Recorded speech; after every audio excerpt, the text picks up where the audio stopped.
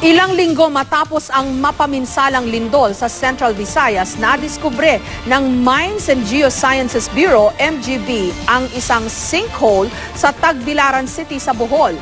Bagamat inaalam pa ang lawak ng sinkhole, inirekomenda na ng ahensya na i-relocate ang mga residenteng nakatira malapit doon.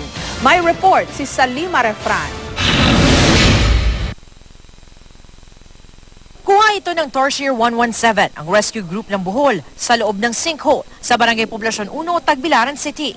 Nag-ocular ang grupo matapos maglabas ang Mines and Geosciences Bureau o MGB ng threat advisory sa mga residente. Sa mga litrato, makikitang may malaking awang o espasyo sa loob. May stulang kuweba sa ilalim ng lupa. Malaki at malalim ang sinkhole na ito dito sa Barangay Poblasyon 1, sa sentro mismo ng Bohol, ang Tagbilaran City. Pinayagan tayo dito sa area dahil malayo naman tayo dun sa mismong tension cracks ng butas. Ayon doon sa mga residente, matapos nga ang lindol ay gumuho ang bahaging ito ng kalsada. At ayon sa MGB, sinkhole nga raw ito. Pero mula dito sa ating pwesto, hindi na natin makita kung gaano ito kalalim at kalayo pa. Maaari nga raw hanggang doon sa kalsada. Sa pagsusuri ng MGB, nasa 2 metrong bunganga ng sinkhole. Hindi pa nila alam kung gaano kalalim ang butas.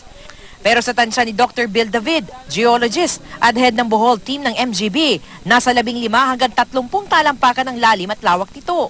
O maaaring umabot ng singtaas ng 2 palapag na gusali. Delikado ang sinkhole lalo't may mga tension cracks o bitak sa lupa hanggang sa ilang bahay.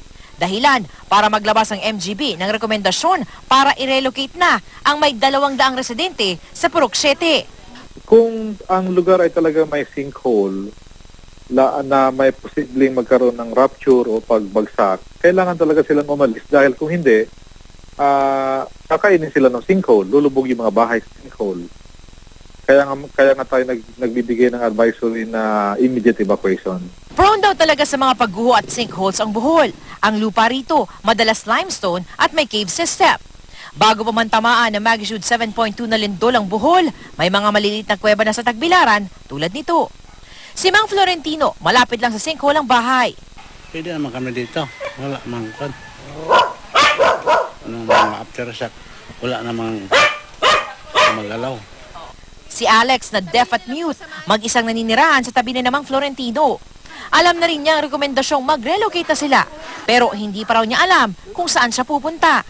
Gusto niya sana malaman sa mga parent niya na anong desisyon kung uuwi ba siya sa mga kapatid niya sa Manila o iwan ng bahay.